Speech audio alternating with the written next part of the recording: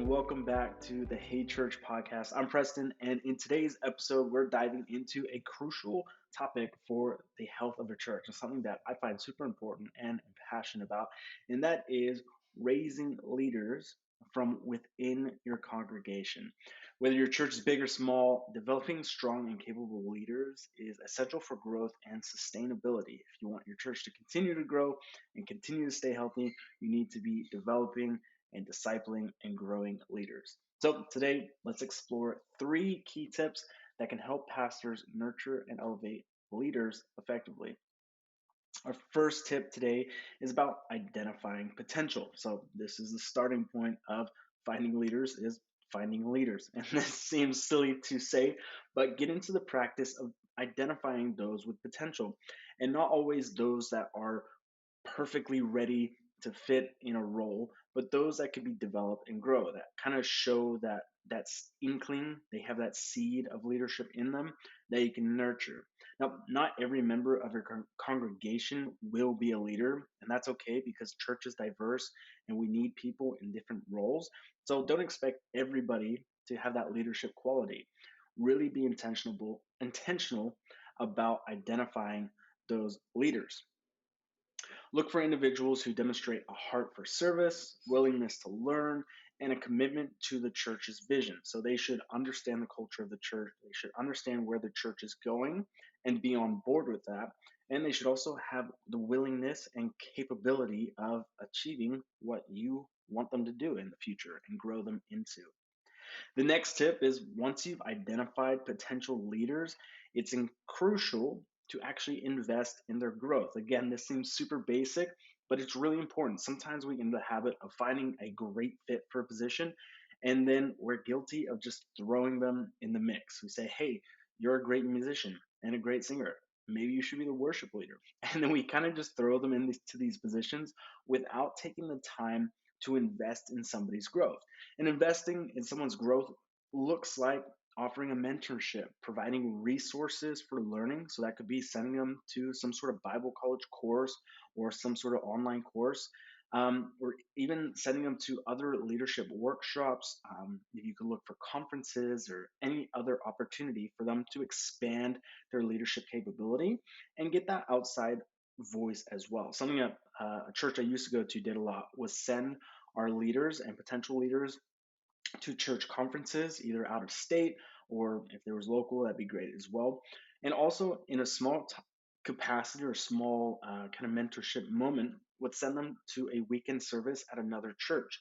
And that allows them to expand their vision, to see how other churches do things, and also be poured into. It's really important that we're nurturing them and growing them.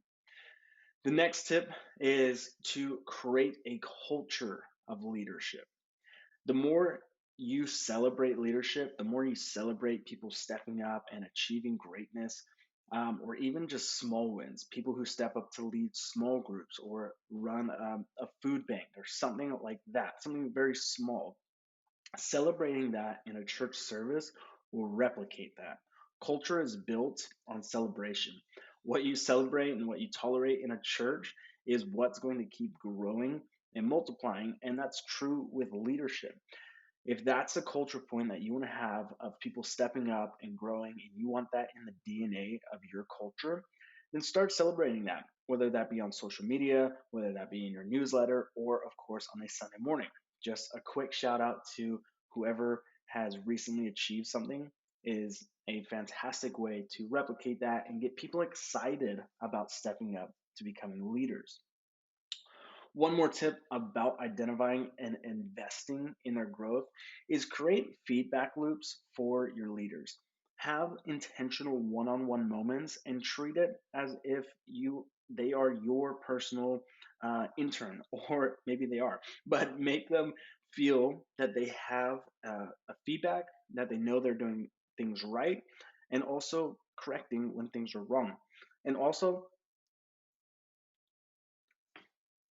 start with small wins for your new leaders, whether that be having them co-lead a small group or having them do something even smaller. The more they can get small wins and slowly grow their capacity as leaders, the more longevity you have and the more they're going to learn.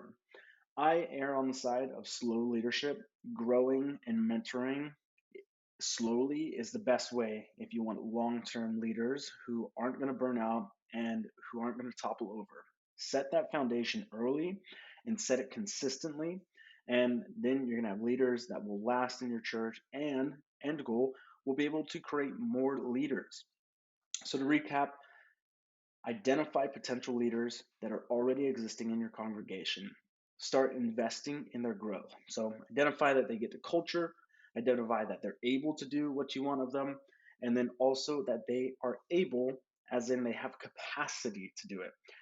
Don't try and overload your leaders. Make sure that they are able to actually achieve what you've set up for them. Otherwise, they're going to get frustrated about it.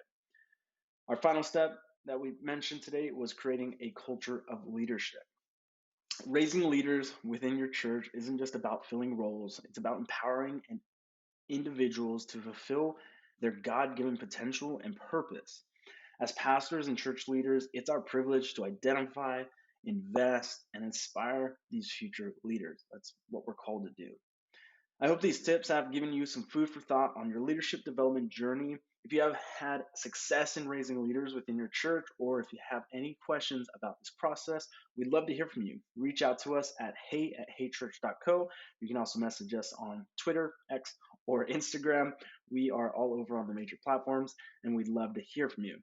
Thank you for tuning in to today's episode. Remember, the strength of a church lies not just in its pastor, but in the collective leadership of its members. Stay blessed, keep nurturing, and see you next time on the Hey Church podcast.